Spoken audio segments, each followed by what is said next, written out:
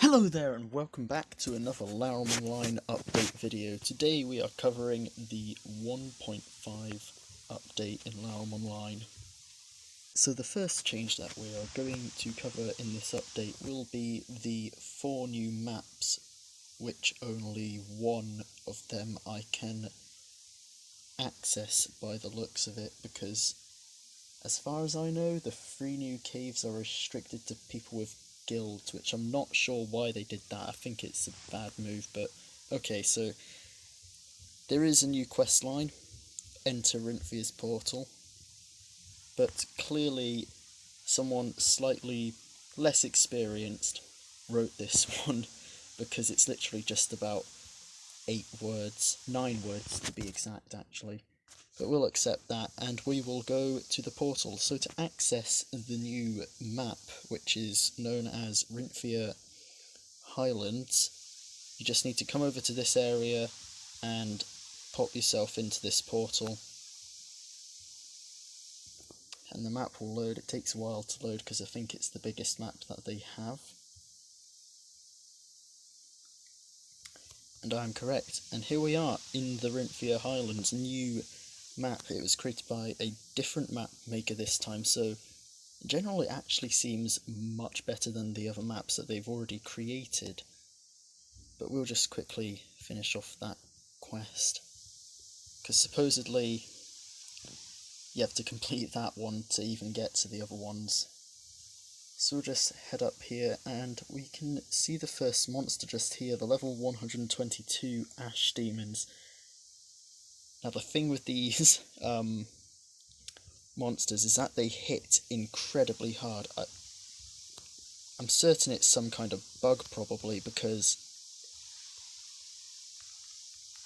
they really shouldn't be hitting this hard for this level. But anyway, we're going to look at the... yeah. These are definitely not the best written quests to be... But if we head north, and I'm just doing this for the sort of guide aspect so I can actually post it in the guide channel, we can actually find, well, more of the monsters. They're sort of got an alien sort of theme to them. And the thing I've noticed about this map actually is that it lags an incredible amount as soon as you start using AoE skills. That definitely is a problem. But here we are.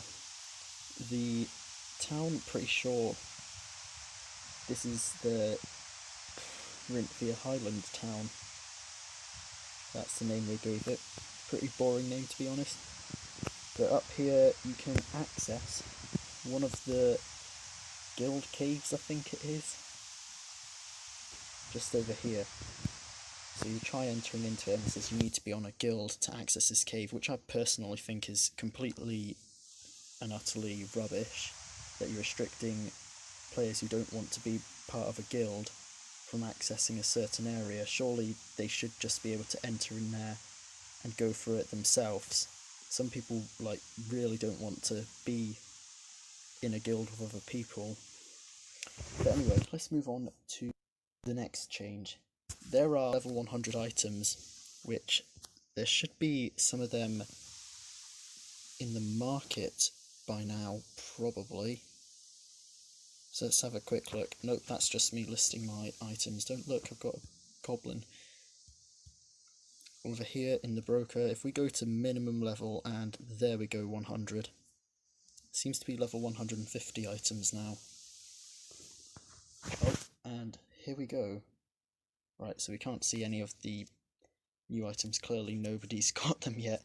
So we might have to have a look in the crafting menu, which is where you can make these new items. And if we just move the little recording tab over here, here we have the materials that you will use. These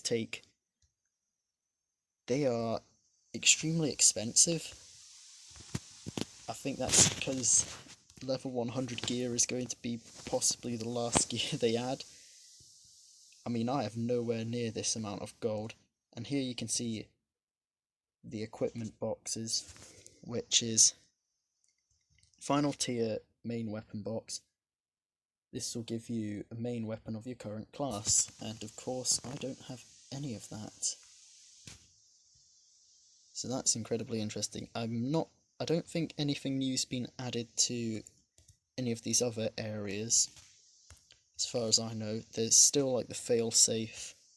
You can craft them from jewel shards or sea shards. I should have actually covered that update, because I think that was the guild update, which we will get onto in a minute. I can't actually show the stuff, because, oh, we have this stuff over here, levers. I don't know what exactly these are actually used for, but it's fair enough. Gold lever has a green name.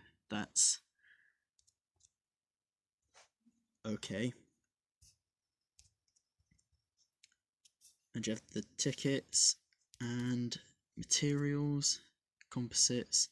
Yeah, so I suppose there's like big crafting trees to actually make these items now. Now on to the next change. Supposedly there have been guild buff caps. If you don't know what guild buffs are, oh boy, I have some ranting points about these which I won't even get into on this episode. Basically, if you pay a bit of let's say that little green premium currency you see up in the top corner, which you can actually earn, because I earned all 2,535 of those gems. If you pay a little bit of them, you can sort of buff your guild, give an advantage over the others, and supposedly they've been capped now. Were they not capped before? That's slightly concerning.